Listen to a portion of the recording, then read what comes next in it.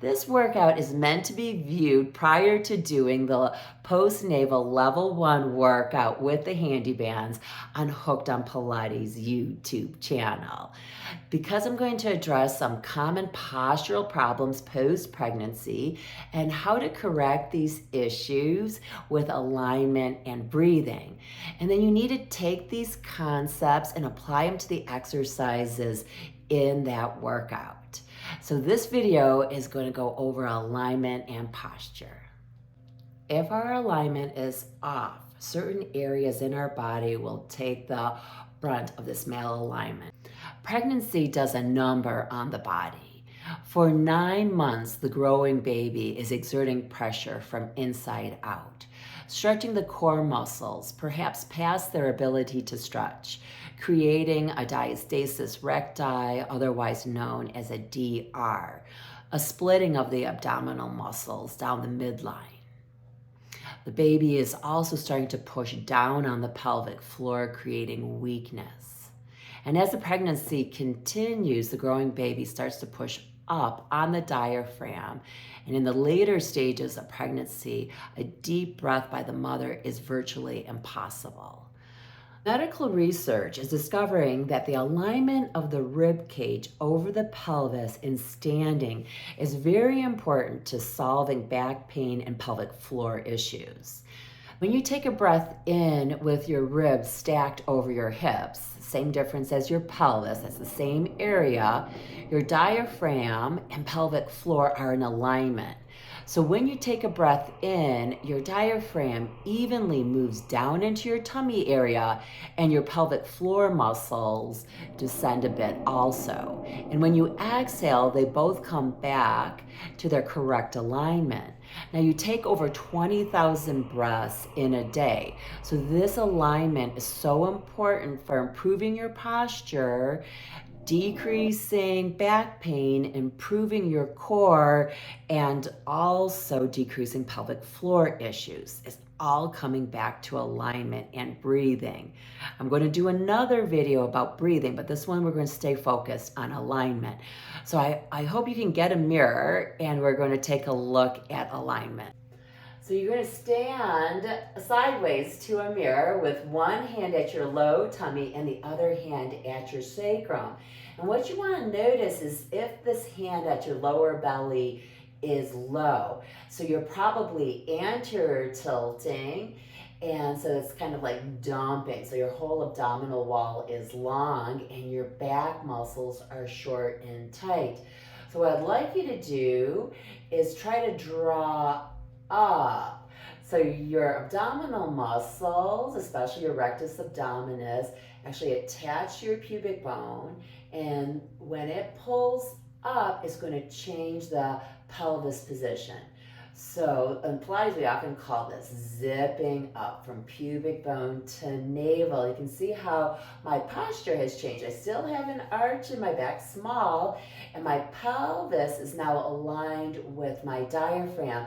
And this is what we call neutral spine in standing. So that means my diaphragm is going to be right over my pelvic floor. So when I inhale, it's going to descend evenly into my pelvic floor. My pelvic floor is going to come down and then it's going to come up, because there's a statement in physical therapy that a muscle has to lengthen in order to fully strengthen.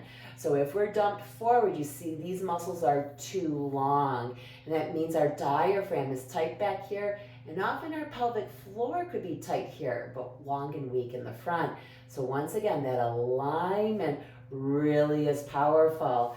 So then you can start to think about standing evenly through both of your feet. You could even take this idea to walking. I call it awareness walking, where you keep your belly button drawn up as you walk. And maybe you just do it from one bench to a tree, and then you start to make that time period longer. So we're really working on changing that alignment at our pelvis, because our center of gravity is just a little bit below our belly button. So this is where we need to start changing things. And then we want to see those ribs coming over those hips. So now that you know neutral spine in standing, we've got to find neutral in a more functional position such as mini squat or hip hinging. But what's so cool about when you find neutral spine in this more functional position, your low tummy just kicks on by itself. It's going to just feel like you're a kangaroo and you just pull your pouch in. So what we're going to do here is you're going to have your legs hip distance apart and you're going to bend your knees and your bottom is back a little bit. And so this is crouchy, angry cat. So what I'd like you to do is draw your belly button into your spine as you tuck your tail. So it's like a angry cat. But I didn't change the position of my knees. I created the change at my pelvis. And so we also use this position a lot in Pilates. It's called round back. We can use round back for flexibility training and also abdominal training. So in this position, we're trying to find more stretch, okay? Because your back attaches to your butt. So if you draw your butt down, you should find that stretch in your low back. Our belly button is in, and we also have the space small. So then what I want you to do here is just inhale into the back of your body. Exhale, maybe try to pull your belly button in a little bit more and tuck your tail. So this is a great exercise for finding stretch. And then what we're going to do here is we're going to go to cow. And I'm going to lift my arms off of my legs just to show you. So when I go to cow, I start to extend my belly. And you see how my back gets short. So that's basically the pregnancy position. Not saying that cow is bad, it's just that we're not going to stay here. So from this position, I want you to start to dial your pelvis back until your spine is straight, and I'm right there for me. And I know it because I turn on my low tummy like that kangaroo. So from belly button to pubic bone, I get a little draw in. Nice. And we all know we need to breathe while we exercise. So now I want you to keep this position as you inhale. Nice. And exhale. Good. Inhale. And now in this exhale, go back to your angry cat, trying to minimize any movement of your legs. Understand it's the pelvis position that we're after. So let's get a little bit of a stretch. So we're going to breathe into the back of our body. So where we're tight, inhale. And now exhale.